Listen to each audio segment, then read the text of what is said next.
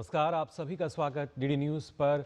मैं हूं आपके साथ मुकुल शर्मा। तमाम खबरों से आपको रूबरू कराएंगे। क्या कुछ खास रहेगा आज दिन में बताएंगे आपको, लेकिन सबसे पहले नजर डालते हैं हेडलाइंस पर।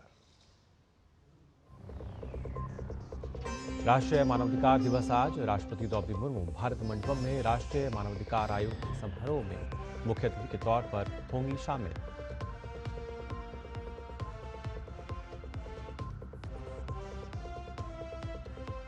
लोकसभा में चुनाव सुधार पर आज चर्चा रहेगी जारी। गृह मंत्री अमित शाह विपक्षी आरोपों का देंगे जवाब। राज्यसभा में वंदे मातरम पर चर्चा जारी।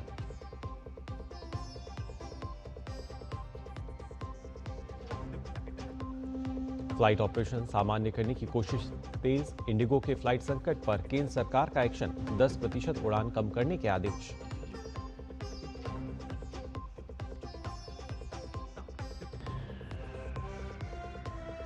ऑस्ट्रेलिया में आज से 16 साल से कम उम्र के बच्चों के लिए सोशल मीडिया पर बैन। पीएम अल्बनीज़ ने कहा, बच्चों को मिलेगा बचपन।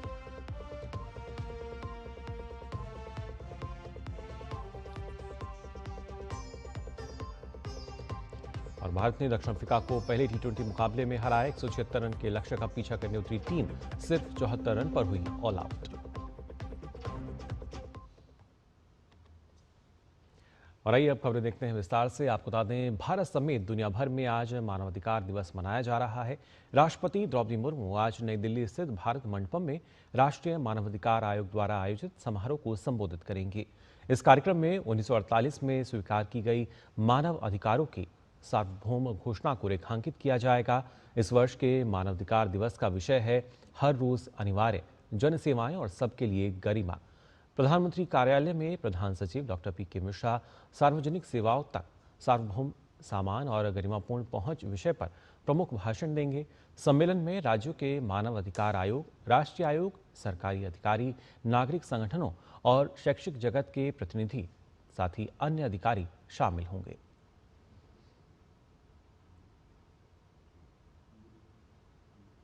और बात शीतकालीन सत्र को लेकर आपको बता दें, लोकसभा में कल चुनाव सुधार पर शुरू हुई चर्चा आज भी जारी रहेगी। चर्चा का समापन गृह मंत्री अमित शाह करेंगे। इससे पहले कल हुई चर्चा के दौरान पक्ष और विपक्ष की ओर से तीखे वार पलटवार हुए। नेता विपक्ष राहुल गांधी ने सरकार पर संवैधानिक संस्थाओं को कब्जाने का आरोप लगाया। राहुल गांधी ने मुख्य चुनाव आयुक्त की नियुक्ति प्रक्रिया पर भी सवाल उठाए। वहीं सत्ता पक्ष की तरफ से यूपीए सरकार के समय चुनाव आयुक्त के रूप में नियुक्त किए गए लोगों का जिक्र किया गया।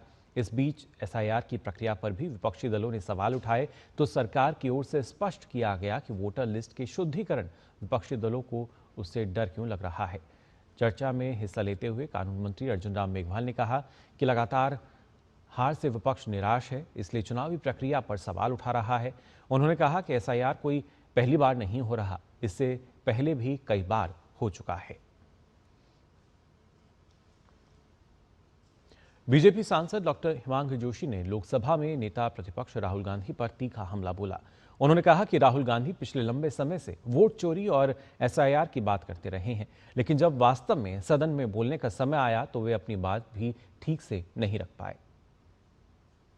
जिस प्रकार से मॉनसून सेशन से अभी तक कई सारे सदन के दिन उन्होंने बर्बाद किए, तो उनको 30 मिनट दिया गया। उस 30 मिनट में भी वो हार्डली 18 मिनट बोले, और वो 18 मिनट में भी सिर्फ और सिर्फ प्रेस कॉन्फ्रेंस वाली बातें, व्हाट्सएप यूनिवर्सिटी के मैसेजेस जो वायरल होते हैं वैसी बातें। कोई भी मजबूत आधार, कोई भी मजबूत सुधार कि किस प्रकार से वह इस लोकतंत्र को मजबूत कर सकते हैं, वह दे नहीं पाए। देश के सभी नागरिक आज इस बात को जान चुके हैं कि किस प्रकार से वह सदन के बाहर मीडिया के सामने अलग अलग प्रकार के भ्रम फैलाते हैं, और जब उनको मौका दिया जाता है तब वह कुछ बोल नहीं पाते हैं।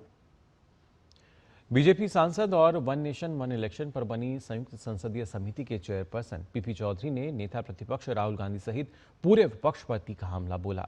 हमारे सहयोगी अमरिंदर गुप्ता से बातचीत में पीपी चौधरी ने कहा कि सरकार पहले से ही चुनाव सुधारों पर चर्चा के लिए तैयार थी, लेकिन जब लोकसभा में इतने महत्वपूर्ण और गंभीर मुद्दे पर चर्चा हो रही है तो आखिर क्या कारण है कि नेता प्रतिपक्ष राहुल गांधी समेत पूरा विपक्ष कोई ठोस और सार्थक सुझाव देने में विफल रहा।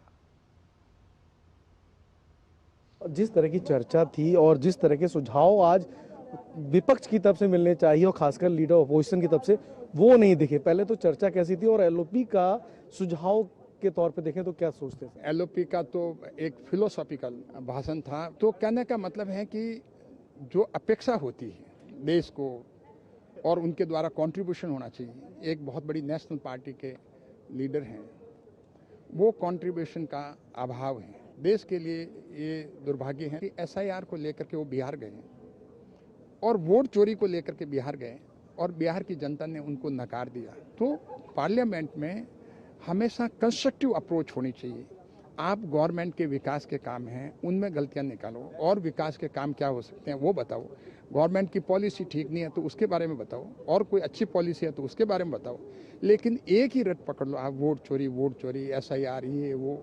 तो वोट चोरी आपकी 5 या 6 सीट आई, नेशनल पार्टी हो तो भी अभी भी अगर आपको समझ में नहीं आ रहा है तो it is not our fault. Lok Sabha के वरिष्ठ सांसद और one nation one election JPC के चेयरपर्सन पीपी चौधरी साहब, जिनका साफ तौर पर मानना है कि सरकार का विजन बहुत साफ है, इलेक्ट्रल रिफॉर्म यानी कि चुनावी पारदर्शिता को लेकर सरकार काम कर रही है। और जो तरह से लोकसभा में आज बहस आयोजित हुई है, कहीं ना कहीं एक बड़े संदेश के साथ आगे बढ़ेगी। हालांकि लोकसभा के नेता प्रतिपक्ष राहुल गांधी से खासी निराशा हुई, क्योंकि वो चाहते थे कि उनकी तरफ से भी कुछ सुझाव आए, लेकिन इलेक्ट्रल रिफॉर्म को लेकर कोई भी सुझाव विपक्ष की तरफ से नहीं मिला। संसद भवन परिसर से कैमरामैन प्रवीण कुमार के साथ अमरेंद्र गुप्ता, डीडी न्यूज, दिल्ली। और वहीं शिवसेना सांसद नरेश महस्के ने कांग्रेस के चुनाव सुधार पर दिए गए बयानों को लेकर निशाना साधा। उन्होंने कहा कि मतदाता सूची पुनर्रचना को लेकर कांग्रेस और विपक्ष के बीच स्पष्ट रूप से दोहरी नीति दिखाई दे रही है। नरेश महस्के ने कटाक्ष करते हुए कहा कि कांग्रेस एक ऐसी पार्टी है जिसकी कथनी और करनी में हमेशा से बड़ा अंतर रहा है। नेता प्रतिपक्ष बच्चों जैसी हरकतें करते हैं, बच्चों जैसी बातें करते हैं। वो प्रतिपक्ष का नेता है किधर? सभागृह में बैठते नहीं, खुद आके बोलते निकल जाते। सदस्यों के भी पीछे खड़ा नहीं रहता। इनको क्या अधिकार है वोट चोरी के बारे में बोलने का? ईवीएम लाया किसने? कांग्रेस सरकार थी तब ईवीएम लाया। अभी ईवीएम के खिलाफ क्यों बोल रहे? अभी बैलेट की बात क्यों कर रहे? सिर्फ अपनी हार छुपाने के लिए इसी तरह की बातें कर रहे हैं। लोकसभा में चुनाव सुधार पर हुई चर्चा के दौरान नेता प्रतिपक्ष राहुल गांधी द्वारा चुनाव आयोग की निष्पक्षता पर उठाए गए सवालों पर केंद्रीय मंत्री एसपी सिंह बघेल ने कांग्रेस को आईना दिखाते हुए करारा जवाब दिया। हमारे संवाददाता अमरिंदर गुप्ता ने विशेष बातचीत में एसपी सिंह ने उन्होंने कहा कि देश को नेता प्रतिपक्ष से काफ़ी उम्मीदें थीं। चुनाव सुधारों पर संसद में अगर राहुल गांधी कोई ठोस सुझाव देते तो यह देश के लिए अधिक उपयोगी होता, लेकिन हर बार की तरह इस बार भी उन्होंने देश को निराश ही किया। चुनावी सुधारों पर लगातार चर्चा जारी है और आज लोकसभा में सत्ता पक्ष और विपक्ष के कई सांसदों ने अपनी बात रखी। सर, राहुल गांधी भी आज एलओपी के तौर पे बोल रहे थे और उन्होंने चुनाव सुधारों पर बात करने की जगह कई सारे प्रमाण दिए और उन्होंने आरोप लगाया कि सरकार जो है इलेक्शन कमीशन को डैमेज कर रही है। जो बोले ना उससे अच्छा तो भारतीय जनता पार्टी का मंडल अध्यक्ष बोल जाता है, क्योंकि मैंने आज मुझे जिज्ञासा थी कि ये एक बहुत महत्वपूर्ण विषय है जिसके बारे में वो लोग हमेशा सदन से बाहर सड़क पर बात करते रहे। तो आज कुछ सुझाव आएंगे जो डेमोक्रेसी, जमहूरियत, लोकतंत्र के पक्ष में होंगे और अवधि पर ज़्यादा बोले हैं, इलेक्टोरल रिफॉर्म्स पे कम बोले हैं। सर, आपको लगता है कि चुनावी प्रक्रिया और पारदर्शिता को लेकर पूरा विपक्ष जो है अपनी बात ठीक से नहीं रख सका और जो मुद्दे थे वो कहीं ना कहीं भटकते हुए नजर आए? ज़्यादातर विपक्ष ईवीएम के बाद बैलेट पर इसलिए बहुत पैसा डाल रहा है जिससे जिन लोगों का बूथ कैप्चर में बहुत विश्वास होता है वो ईवीएम के खिलाफ रहते हैं। तो जब पक्ष में जनमत आता है तो सब संस्थाएं ठीक होती हैं, जब पक्ष में नहीं होता है तो संवैधानिक संस्थाओं पर सत्ता के खिलाफ आरोप प्रत्यारोप लगाते हैं। ये ठीक नहीं है।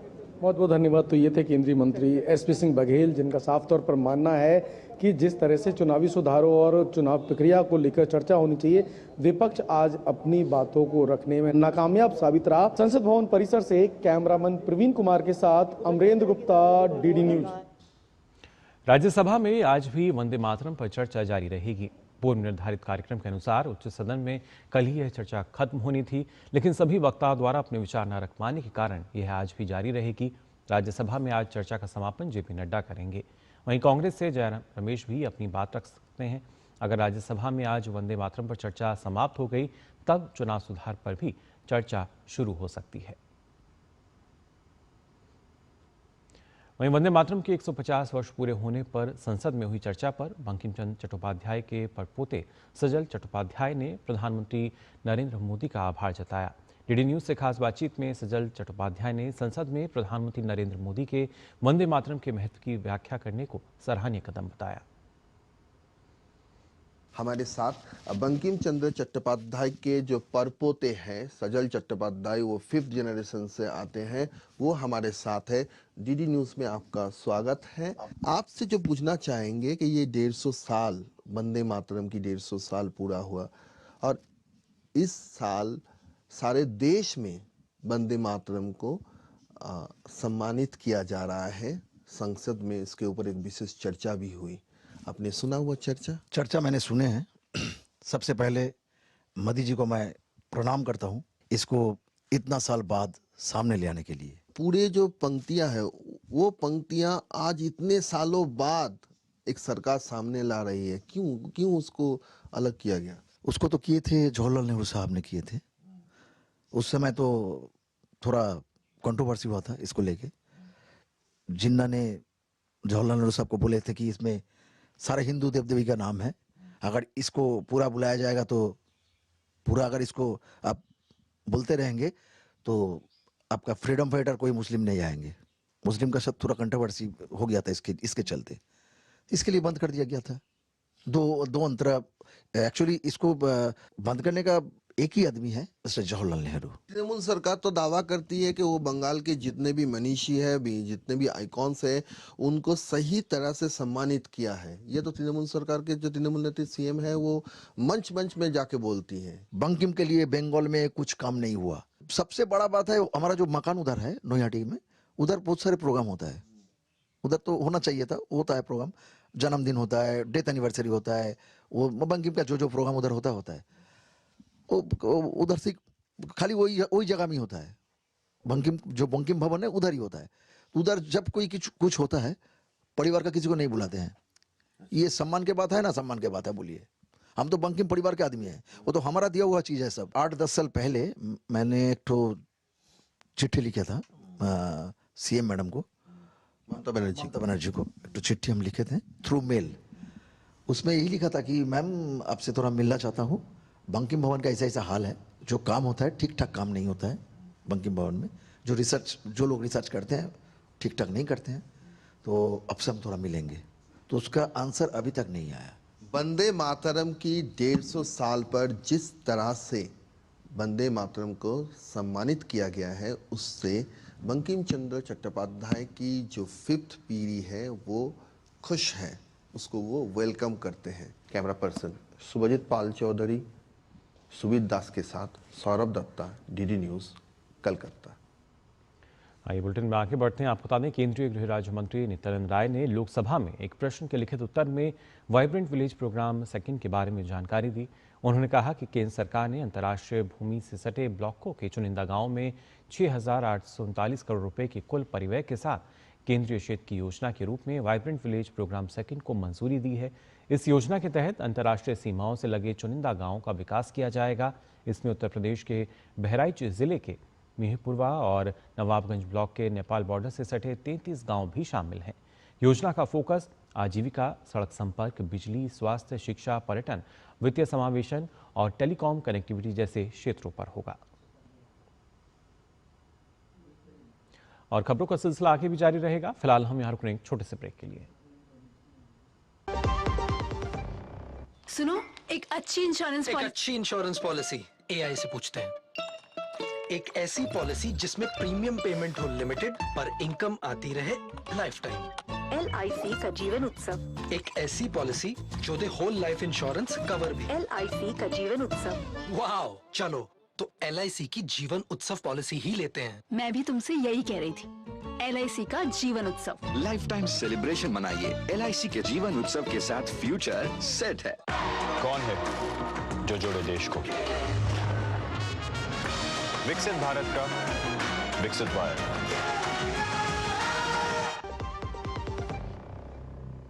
ब्रेक के बाद आप सभी का एक बार फिर स्वागत डीडी न्यूज़ पर। आइए खबरों में आगे बढ़ते हैं। आपको बता दें, दुनिया में AI का हब बन चुके भारत में अब माइक्रोसॉफ्ट बड़ा निवेश करने जा रही है। कंपनी के CEO ने प्रधानमंत्री नरेंद्र मोदी से मुलाकात के बाद भारी भरकम निवेश का ऐलान किया। वहीं इंटेल के CEO ने भी भारत के सेमीकंडक्टर मिशन को मजबूत करने की घोषणा की। भारत को आर्टिफिशियल इंटेलिजेंस का हब बनाने की दिशा में अग्रसर सरकार के प्रयासों को और ताकत मिलने जा रही है। दुनिया की दिग्गज टेक कंपनियां भारत में बड़ा निवेश करने जा रही हैं। दिल्ली में माइक्रोसॉफ्ट और इंटेल जैसी बड़ी कंपनियों ने भारत में निवेश का ऐलान किया है। अमेरिकी कंपनी माइक्रोसॉफ्ट भारत में 1.57 लाख करोड़ रुपए का निवेश करेगी। कंपनी एआई के साथ ही डेटा सेंटर और क्लाउड कंप्यूटिंग के क्षेत्र में इंफ्रास्ट्रक्चर तैयार करेगी। प्रधानमंत्री नरेंद्र मोदी से मुलाकात के बाद सत्य नडेला ने कहा कि एआई के क्षेत्र में दुनिया भारत की तरफ देख रही है। वहीं माइक्रोसॉफ्ट के सीईओ से मुलाकात के बाद प्रधानमंत्री नरेंद्र मोदी ने सोशल मीडिया पोस्ट कर लिखा कि भारत के सपने को सपोर्ट करने के लिए माइक्रोसॉफ्ट 1.57 लाख करोड़ रुपए लगा रही है। ये एशिया में हमारा अब तक का सबसे बड़ा निवेश है। इससे भारत में एआई के लिए मजबूत इंफ्रास्ट्रक्चर बनेगा। लाखों लोगों को नई स्किल्स सिखाई जाएंगी और अपना डेटा अपने पास सुरक्षित रखने की ताकत भी मिलेगी। बस यही चाहिए था भारत के एआई वाले भविष्य के लिए। इंटेल के सीईओ लिप बूतान ने भी प्रधानमंत्री नरेंद्र मोदी से मुलाकात की और भारत में सेमीकंडक्टर मिशन को पूरा समर्थन देने का वादा किया। वहीं कॉग्निजेंट के सीईओ रवि कुमार एस ने भी प्रधानमंत्री नरेंद्र मोदी से मुलाकात की। कॉग्निजेंट भारत में 2.5 लाख से ज्यादा कर्मचारियों के साथ काम कर रही है। प्रधानमंत्री से मुलाकात में कॉग्निजेंट ने भारत के छोटे शहरों में विस्तार की बात की। साथ ही कंपनी भारत में $1 अरब से ज्यादा का निवेश भी कर रही है। Bureau report, DD news. और आपको बता दें, डीजीसीए ने इंडिगो एयरलाइंस को अपने शीतकालीन उड़ान परिचालन में 10% कमी करने का निर्देश दिया है। इंडिगो की उड़ान सेवाओं में व्यवधान और समस्या हल कर पाने में उसकी विफलता को इस कटौती का कारण बताया गया है। महानिदेशालय ने एक नोटिस में कहा है कि इंडिगो को इस वर्ष नवंबर में 64,346 उड़ानों की अनुमति मिली थी, लेकिन उसने सिर्फ 59,438 उड़ानों का संचालन किया और 951 उड़ानें रद्द की। 6% वृद्धि के साथ 403 विमानों की अनुमति के बावजूद इंडिगो ने नवंबर में केवल 344 विमानों का परिचालन किया। नागर विमानन महानिदेशालय ने इंडिगो से आज शाम 5 बजे तक संशोधित उड़ान कार्यक्रम देने को कहा है।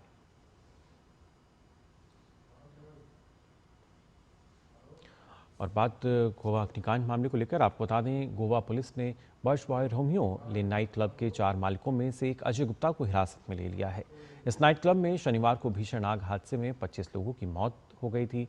गोवा पुलिस ने अजय गुप्ता और एक अन्य मालिक सुरेंद्र कुमार खोसला के खिलाफ लुकआउट नोटिस जारी किया था। गोवा पुलिस ने बताया कि अजय गुप्ता इस मामले में हिरासत में लिया गया 6ठा आरोपी है। नाइट क्लब के 2 और मालिक सौरभ लूथरा और गौरव लूथरा फरार हैं और उनके खिलाफ ब्लू कॉर्नर नोटिस जारी किया गया है। पुलिस ने अजय गुप्ता से पहले इस मामले में नाइट क्लब के मुख्य महाप्रबंधक और साथ ही महाप्रबंधक और बार प्रबंधक सहित 5 लोगों को गिरफ्तार किया। गोवा के वाक्ट इलाके में जिला प्रशासन ने रोमियो लेन नाम से रेस्टोरेंट का एक हिस्सा तोड़ दिया। यह रेस्टोरेंट गौरव लूथरा और सौरभ लूथरा का है, जो बर्च बॉय रोमियो लेन के भी मालिक हैं। प्रशासन ने यह कार्रवाई नियमों के उल्लंघन के आरोप के तहत की है। इससे पहले गोवा सरकार ने अरपोरा के birch boy Romeo Lane night club अग्निकांड पर कार्रवाई करते हुए नाइट क्लब और वागातो के मालिकों की मुख्य प्रॉपर्टी के तुरंत गिराने और उनकी संपत्ति को जब्त करने का आदेश दिया था। भाजपा के राष्ट्रीय महासचिव तरुण चुग ने पंजाब कांग्रेस में वित्तीय भ्रष्टाचार की सीबीआई जांच की मांग की है। तरुण चुग ने कांग्रेस नेत्री नवजोत कौर के उस दावे पर कड़ा रुख अपनाया है जिस पर पंजाब के पूर्व उप मुख्यमंत्री सुखजिंदर रंधावा द्वारा राजस्थान में कांग्रेस विधानसभा के टिकट बेचे जाने का आरोप कांग्रेस नेता नवजोत कौर ने लगाया था। चुग ने कहा कि ऐसे आरोपों की जांच होनी चाहिए क्योंकि यह गांधी परिवार के नेतृत्व वाली कांग्रेस में घोर वित्तीय भ्रष्टाचार को दर्शाता है। चुग ने पंजाब में भ्रष्टाचार के एक नए अध्याय का भी जिक्र किया जिसमें शिवालिक पर्वतमाला में संरक्षित वन और सरकारी जमीन शामिल है। राजस्थान के जयपुर में आज प्रवासी राजस्थानी दिवस का आयोजन किया जा रहा है। देश विदेश के अनिवासी राजस्थानी कार्यक्रम में शामिल होंगे। 8,700 से अधिक प्रतिभागियों ने इस आयोजन के लिए पंजीकरण कराया है। कार्यक्रम के दौरान 1 लाख करोड़ रुपए से अधिक के निवेश प्रस्तावों पर हस्ताक्षर होंगे। इसके अलावा कई निवेश संवर्धन नीतियों और प्रवासी राजस्थानी नीति की घोषणा की जाएगी। राजस्थान के राज्यपाल हरिभाऊ बागड़े, पंजाब के राज्यपाल गुलाब चंद कटारिया, राजस्थान के मुख्यमंत्री भजन लाल शर्मा, साथ ही अनेक केंद्रीय मंत्री और अन्य जनप्रतिनिधि आयोजन में भाग लेंगे। उद्योग जगत की प्रमुख हस्तियां भी कार्यक्रम में शामिल होंगी। एक दिन के इस आयोजन में उद्योग, ऊर्जा, जल, खनन, शिक्षा, पर्यटन, स्वास्थ्य जैसे प्रमुख क्षेत्रों पर सत्रों का आयोजन होगा। राजस्थान में औद्योगिक और निवेश संभावनाएं तथा उभरते अवसरों पर भी विचार विमर्श होगा। और बात कर लेते हैं काशी तमिल संगम को लेकर, जिसका चौथा जत्था आज प्रयागराज पहुंचेगा, जहां वीआईपी घाट पर उनका भव्य स्वागत किया जाएगा। प्रयागराज जिला प्रशासन के मार्गदर्शन में दल के सदस्य संगम स्नान, बोटिंग, लेटे हुए हनुमान जी के दर्शन, श्री आदि शंकर विमान मंडपम मंदिर और स्वामी नारायण मंदिर में पूजा अर्चना करेंगे, जिसके बाद जत्था अयोध्या के लिए रवाना होगा। वहीं काशी तमिल संगम के चौथे संस्करण के तहत इस बार आयोजित की जा रही विशेष कार रैली आज वाराणसी पहुंचेगी। दिल्ली के हर्षविहार इलाके में कल रात एक 3 मंजिला इमारत में अचानक भीषण आग लगी। आग की लपटें तेजी से फैलने के बाद इलाके में हड़कंप मच गया। आग लगने के कारणों का पता नहीं चल पाया है और साथ ही किसी जनहानि की अभी तक पुष्टि नहीं हुई है। बेल्जियम की सुप्रीम कोर्ट ऑफ कैसेशन ने भगोड़े हीरा कारोबारी मेहुल चौकसी की उस अपील को खारिज कर दिया है जिसमें उसने पंजाब नेशनल बैंक में 13,000 करोड़ रुपए के कथित घोटाले के मामले में भारत प्रत्यार्पण को चुनौती दी थी। कोर्ट ऑफ कैसेशन के प्रवक्ता एडवोकेट जनरल हेनरी वेंडरलिडेन ने कहा है कि कोर्ट ऑफ कैसेशन ने अपील को खारिज कर दिया है, इसलिए अपीली अदालत का फैसला कायम है। एंटवर्प की अपीली अदालत ने चौकसी के प्रत्यार्पण के भारत के अनुरोध को लागू योग्य बताते हुए बरकरार रखा था।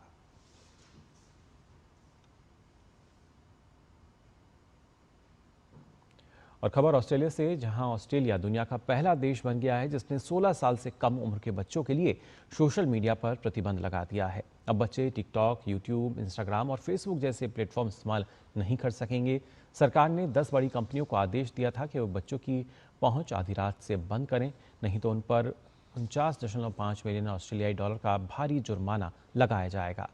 प्रधानमंत्री एंथनी अल्बनीज़ ने इस परिवार के लिए गर्व का दिन बताया और कहा कि ये कानून दिखाता है कि सरकारें ऑनलाइन होने वाले नुकसान को रोक सकती हैं।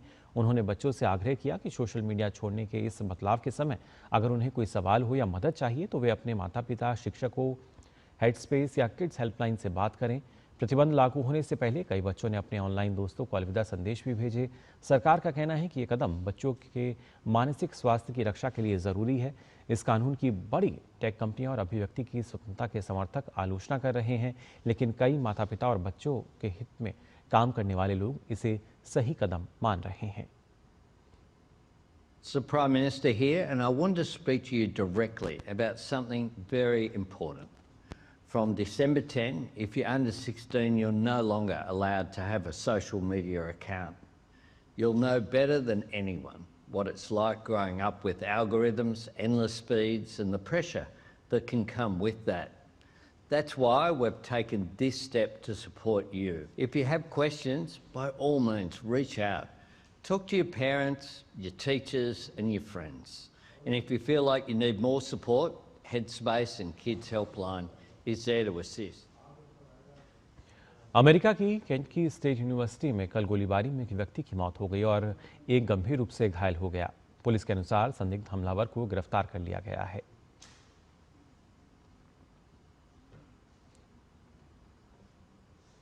और बात क्रिकेट की, कटक में खेले गए T20 सीरीज के पहले मैच में भारत ने दक्षिण अफ्रीका को 101 रन से हरा दिया।